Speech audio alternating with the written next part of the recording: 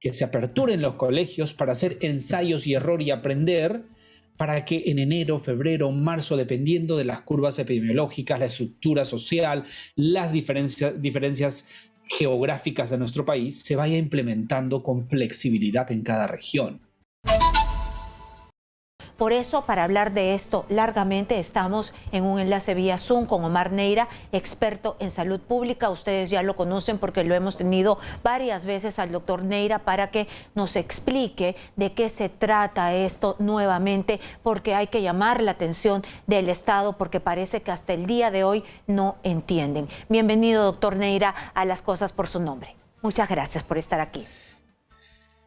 Karina, no, gracias a ti, encantado. Siempre has sido una voz importante en este pedido del retorno a las clases desde hace muchos meses, así que agradecerte mucho por ello. Muchas gracias a usted. Mire, yo la vez pasada estaba que hacía rabias aquí porque me encontré con un gobernador regional, y este gobernador regional nos decía, y quiero que usted nos explique por qué no es un logro, por qué no se puede presentar como un éxito, por qué esto es dramático. El gobernador regional nos decía de que ellos, era el vocero de la Asamblea Nacional de Gobernadores Regionales, nos presentaba como un logro en Apurímac de que ellos tenían hasta el momento el 15% de semipresencialidad, el 15%, y que ellos estaban esperando las vacunas, y que las vacunas estaban íntimamente ligadas para lograr el 100% de presencialidad en marzo. Entonces yo le decía y le trataba de explicar que las vacunas no tenían nada que ver con la semipresencialidad de ahora para poner en marcha los protocolos y la presencialidad en marzo del 100%. Eso por un lado. Y por el otro lado decía de que estaba pidiendo un bono para poner a estudiar a los chicos, un bono para los maestros, y poner a estudiar a los chicos en enero y en febrero.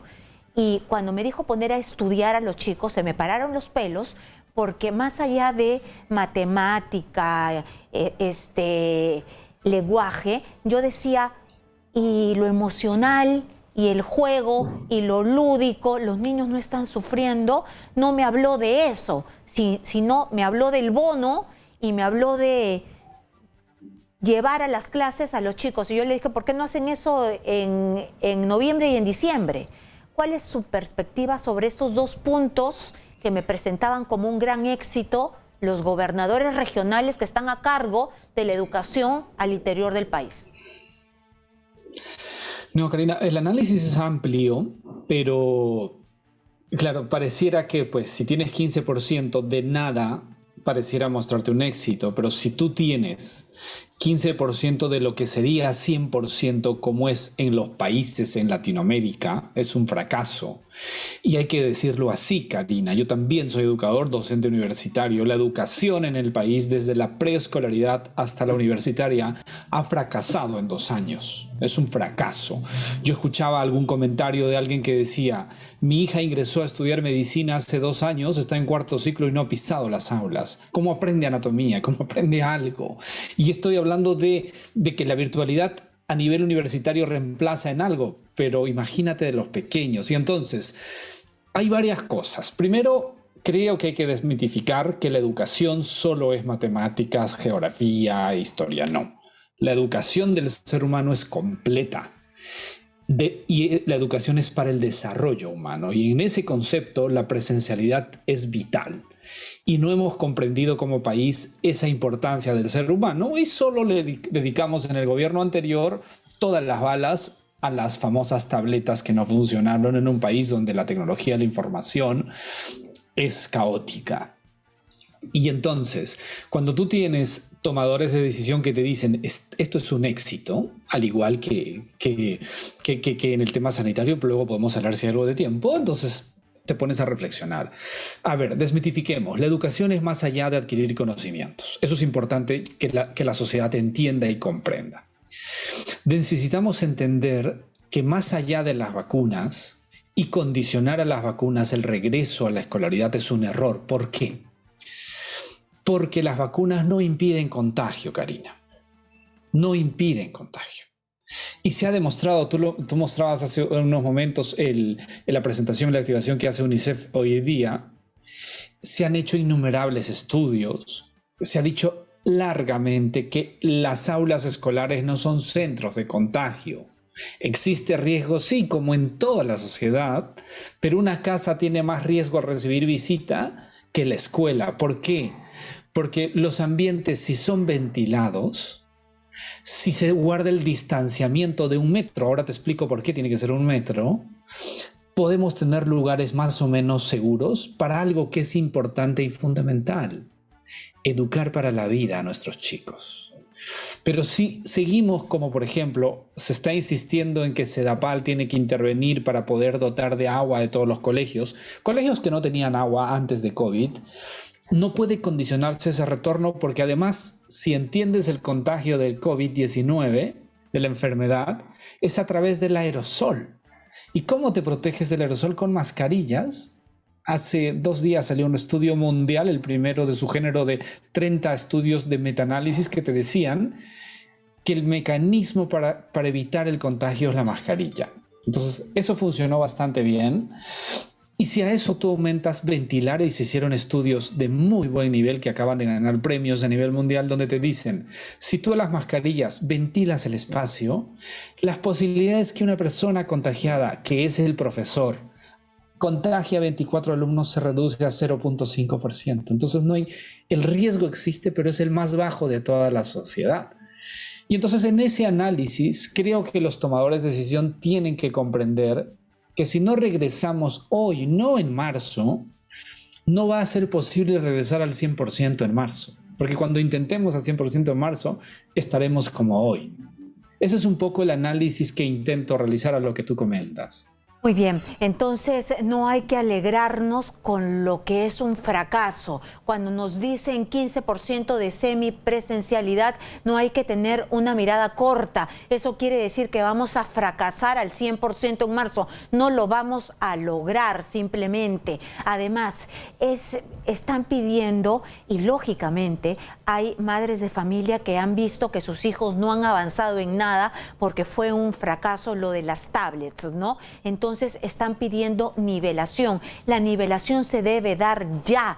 Es una buena idea estar pidiendo bonos para los profesores enero y febrero para estudiar matemática, lenguaje, geografía, y no hablar nada de esta situación emocional de los niños. Los niños no han sufrido. ¿No sería mejor hablar, juguemos con los niños? Hablemos de cómo están emocionalmente. Karina, yo creo que es justo el reclamo sindical de mejora de sueldos, de que por pago horas extras y todo lo demás, pero es no comprender esta crisis sanitaria. Es no comprender al ser humano que está en pleno desarrollo y que necesita del profesor, necesita del espacio escolar para poder reinsertarse en nuestra nueva normalidad. Todos los profesionales, Karina, hemos trabajado en sobretiempo. Yo comentaba en grupos de amigos que nunca había trabajado lo que he trabajado en esta época de COVID. Karina, 5 de la mañana, 4 de la mañana me despertaba en la primera etapa porque había que hacer Zooms con Europa, con Asia. 12 de la noche nos acostábamos. O sea, trabajamos muchísimo y no cobramos más, Karina. No cobramos más por una condición, porque creíamos que podíamos aportar un poco más. Y es pedirle a los profesores que se pongan a pensar en que ellos también son padres y que hagamos un esfuerzo. Finalmente los profesores ganan vacacionales, no es que no ganan un sueldo entre enero y febrero. Mis padres han sido docentes, yo puedo hablar en primera persona. Y entonces la posibilidad, cuando mi padre en febrero, a pesar de estar de vacaciones, hacía siempre cursos para estudiar, yo recuerdo esa etapa. Todos podemos sacrificar este enero y febrero para condicionar un retorno que va a ser distinto. Ayer en una reunión con las altas autoridades del Ministerio de Educación le comentábamos esto, que el virus es distinto a otras enfermedades, que no condicionemos que haya en todas las instalaciones escolares agua. Yo sé que va a sonar mal y que me van a decir, Omar, pero estás diciendo que no se laven las manos. Pero si no han tenido durante décadas, no lo van a hacer en 2 meses. Y entonces el alcohol puede funcionar en este espacio porque el COVID se contagia por el aire, no por las manos necesariamente, siendo un factor secundario.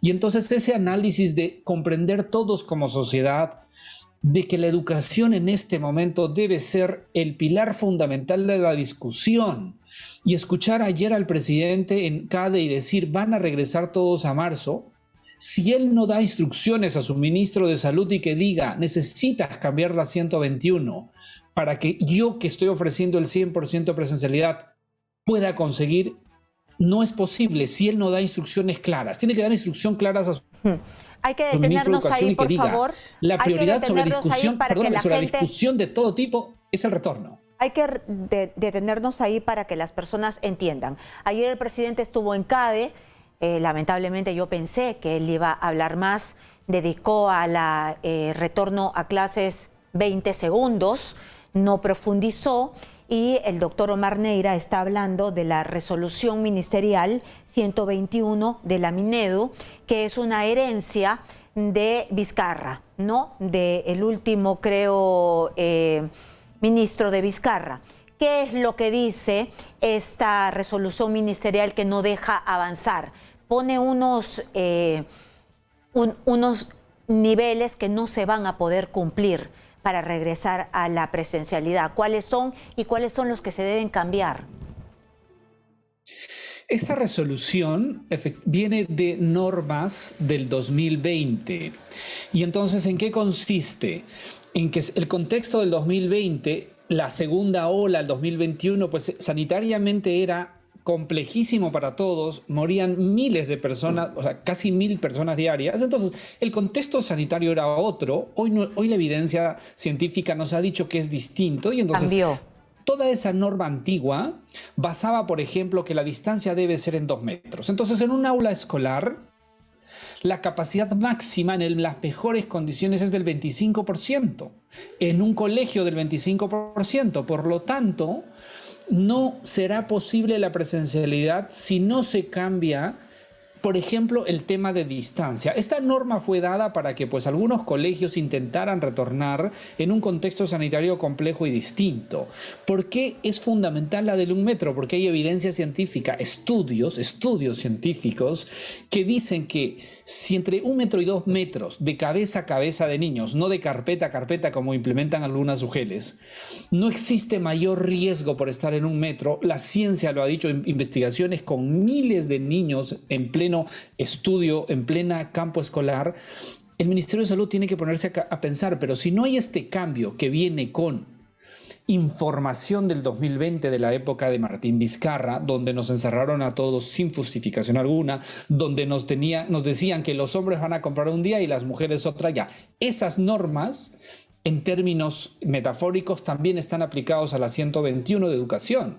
Y entonces el cambio es fundamental para que este retorno ofrecido del profesor presidente, que habla 20 segundos, como tú dices en CADE, se concrete. De lo contrario, no vamos a poder llegar a esa presencialidad. De 2 metros a 1 metro. Seguiremos... Ese es el cambio, de 2 metros a 1 metro entre carpeta y carpeta, ¿no? No estar pidiendo también que haya agua. Es lo ideal, todos queremos que haya agua en todos los colegios, pero no hay. Y para que les pongan agua a todos los colegios, eso no va a pasar. Entonces, se puede suplir el agua, no es lo mejor, pero se puede suplir con alcohol. ¿Qué otro cambio se necesita de esta resolución ministerial 121? La condición epidemiológica. Uno de los condicionantes de esta resolución indica que tiene que haber valores bajos de contagio. Tiene lógica, tiene sentido, en un contexto de crisis de primera y segunda ola en el Perú. Hemos tenido esta situación epidemiológica de fines de julio hasta hoy, Karina. ¿Se abrieron los colegios? No.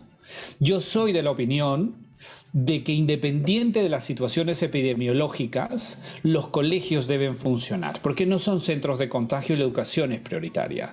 Salvo que sea una situación inmanejable como la de marzo y abril, pero fueron 2 meses en el Perú, que pueden coincidir con vacaciones para poder cerrar las aulas. Pero en un contexto epidemiológico ideal que pide la 121, es pensar que la educación va a volver en el 2030. Esa situación epidemiológica ideal no se va a dar por mucho tiempo. Algo se ha dado en el Perú en estos meses, pero entonces condicionemos a ir a aprender a convivir con el virus. Esto no es irresponsable, Karina, porque hay que comprender al virus, hay que entender el grupo etario y son muchas condicionantes. Y hoy con un programa de vacunas que más o menos funciona, de la mano, no como condicionante, es posible. Pero ¿Y ese esto es un pasa factor en el importante resto que del tiene mundo? que cambiar la 121. ¿Y eso pasa en el ¿Perdón? resto del mundo?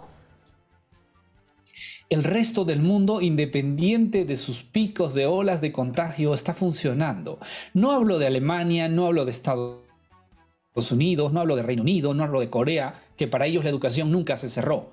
Hablo de Colombia, hablo de Chile, hablo de Argentina, hablo de la propia Venezuela, Karina. La propia Venezuela hoy tiene colegios funcionando con una crisis sanitaria como la nuestra o tal vez peor que la nuestra.